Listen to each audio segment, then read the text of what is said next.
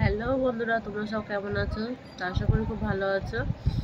আমার তো খুব শরীরটা খারাপ ছিল, তোমরা সবাই জানো যে তোমাদেরকে বলেছি। দেখো জ্বর এসেছিলো, দেখো জ্বর ঠোঁটা বেরিয়েছে ঠোঁটা মধ্যে। তো যাই হোক, মেয়েকে পড়তে বসিয়েছিলাম, তারপর মুখটা কিছু ভালো লাগছিলো না, তো মনে মনে ভাবলাম কি যাই একটু বেরিয়ে চপ নিয়ে আসি। দেখো চপ এনেছি, সিঙ্গারা এনেছি, আমি আর আবার মেয়ে খাচ্ছি, তারাও তোমাদের দেখাচ্ছি।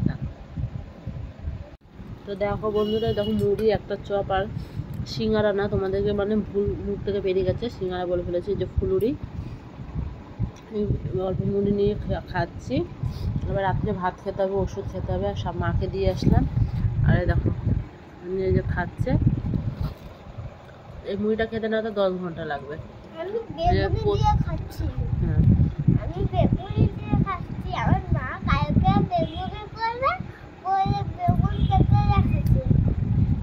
মানে আমি ওই জন্য একটা বেগুনি এনে দিয়েছিলাম, আমাকে বলছিল। আমি আজকে ভেবেছিলাম যে বেগুনি বানাবো, তো বানানো আর হলো না।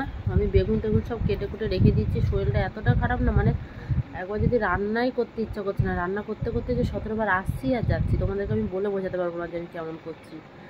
শরীরটা এতটা পরিমাণে খারাপ, হাত পাগুলো কাঁপছে, জ্বর এসেছিলো, জ্বর এখনও মানে ভেতরে ভেতরে আছে, জানি না কতদিন আর বাঁচবো। তো এই যে দোকানে গেছিলাম, একটু মুদিখানা দোকানে, তাহলে কি তাই দুটো চপ নিয়ে যাই, তো ওর জন্য আবার একটা বেগুনি, আর মায়ের জন্য আমার জন্য চপ ফুলুরি এটা নিয়ে এসেছি, মুড়ি নিয়ে এসেছি, এগুলো খাচ্ছি। ও পড়তে বসেছিল, তাই কি তাহলে চল খেয়ে নে, তারপর পর। ভিডিওটা একটুখানি, টাটা।